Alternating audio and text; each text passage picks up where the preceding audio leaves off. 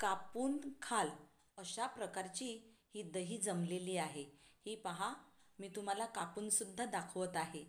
सुरीनेसुद्धा तुम्ही कापू शकाल अशा पद्धतीची ही एकदम जाडसर अशी दही बनलेली आहे।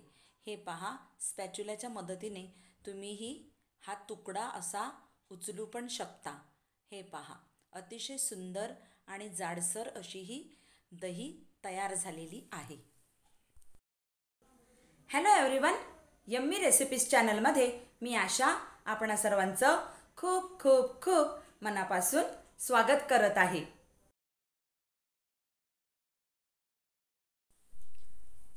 दही बनवून घेण्यासाठी मी एक जाड बुडाचं एक भांडं घेतलेलं आहे। त्यात 2 टेबलस्पून इतका पाणी घालत आहे आणि त्यानंतर 1.5 लिटर मी हे अमूलचं दूध घेतलेलं आहे। तुम्ही फुल फॅट मिल्कसुद्धा घेऊ शकता, पण हे फुल फॅट मिल्क नाही आहे, हे फक्त अगदी 15 ते 20% यात फॅट्स आहेत। तर तुम्हाला हवं तर तुम्ही फुल फॅट दूधसुद्धा घेऊ शकता।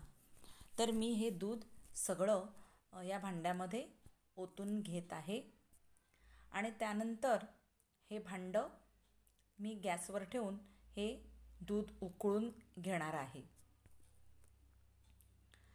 तुम्ही टोंड मिल्कसुद्धा घेऊ शकता, म्हणजे ज्यात अजिबात फॅट्स नाहीत असंही दूध तुम्ही वापरू शकता।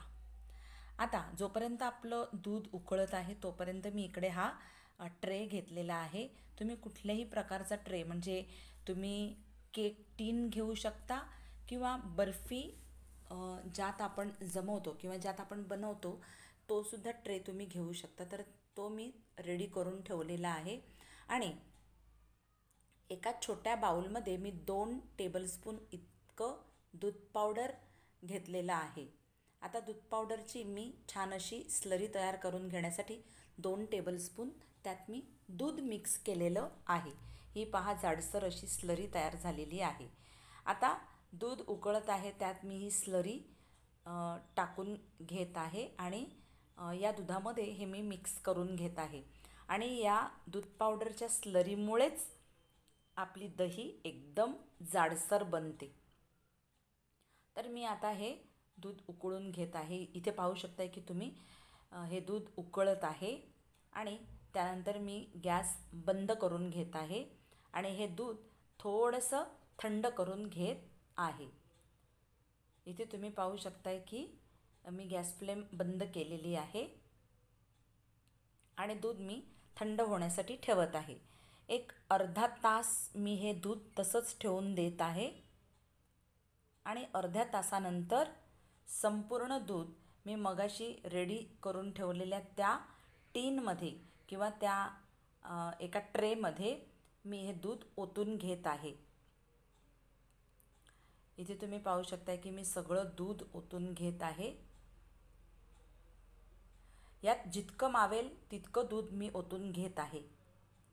मला वाटतं सगळं 1.5 लिटर यात दूध मावणार आहे आणि आता हे दूध अगदी कोमट होईपर्यंत आपल्याला थांबायचं आहे। आता मी मगाशी अर्धा तासच थांबले, आता हे थोडंसं कोमट होईपर्यंत आपल्याला थांबायचं आहे विरजण लावून घेण्यासाठी।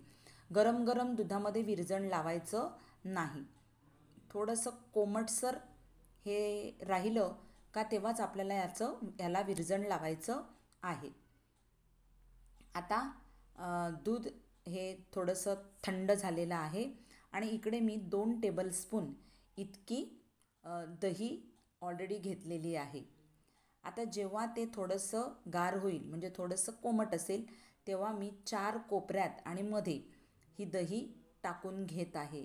अशा प्रकारे अलगदच आपल्याला टाकायची आहे, ती मिक्ससुद्धा करायची नाही, दुधामध्ये दही मिक्स करायची नाही, फक्त अशी ही 4 कोपऱ्यामध्ये टाकून द्यायची आहे आणि मध्ये सुद्धा तुम्हाला हवं तर तुम्ही मध्ये सुद्धा टाकून घेऊ शकता।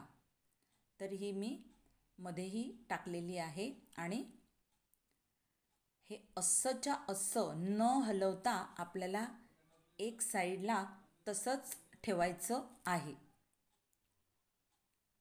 24 तासासाठी आपल्याला हे जसंच्या तसं न हलवता ठेवायचं आहे। 24 तासानंतर आपण ही दही पाहणार आहोत. हे पहा, एकदम अशी कापता येईल, सुरीने सुद्धा कापता येईल अशा पद्धतीची आपली ही दही तयार झालेली आहे. एकदम जाडसर अशी दही तयार झालेली आहे. तुम्ही पाहू शकताय. मी तुम्हाला स्पॅच्युलावर ही या दह्याचा एक तुकडा उचलून दाखवत आहे. तुम्ही पाहू शकता की किती जाडसर ही दही तयार झालेली आहे. अशा प्रकारची ही दही आपण खूप रेसिपीजमध्ये वापरू शकतो. अशा दह्याचा आपण लस्सी बनवू शकतो किंवा ताक बनवू शकतो, खूप काही बनवू शकतो. तर व्हिडिओ आवडला असेल तर लाईक करा, शेअर करा, कमेंट करा, सबस्क्राईब करा आणि मग आपण भेटूया अशाच एका छान व्हिडिओत. तोपर्यंत बाय.